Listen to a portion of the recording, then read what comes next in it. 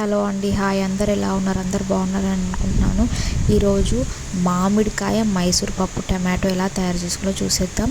First ఈ తయారు చేసుకునే దానికంటే ముందు మైసూర్ పప్పు నానబెట్టుకోవాలి, పక్కన పెట్టుకోవాలి.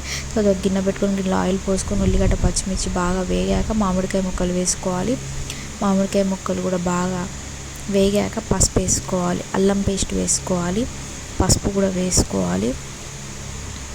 ఇప్పుడు మంచిగా కలుపుకున్నాక టమాటో ముక్కలు వేసుకోవాలి. ఇప్పుడు మంచిగా కలుపుకోవాలి. ఇప్పుడు మనం నానబెట్టుకొని పక్కన పెట్టుకున్నాక ఈ మైసూర్ పప్పు ఇందులో వేసుకొని కలిపేసుకోవడమే. అంతా వేసుకొని మంచిగా పైకి కిందికి మంచిగా కలుపుకోవాలి. ఇలా మంచిగా కలుపుకున్నాం కదా. ఇప్పుడు మంచిగా ఉడకనివ్వాలి. ఇప్పుడు తగినన్ని కొంచెం వాటర్ పోసుకొని మంచిగా ఉడకనివ్వాలి. ఇప్పుడు కొంచెం తగినంత సాల్ట్ వేసుకోవాలి.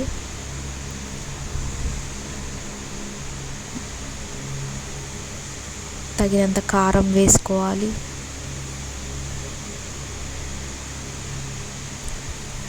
తగినంత మసాలా వేసుకోవాలి.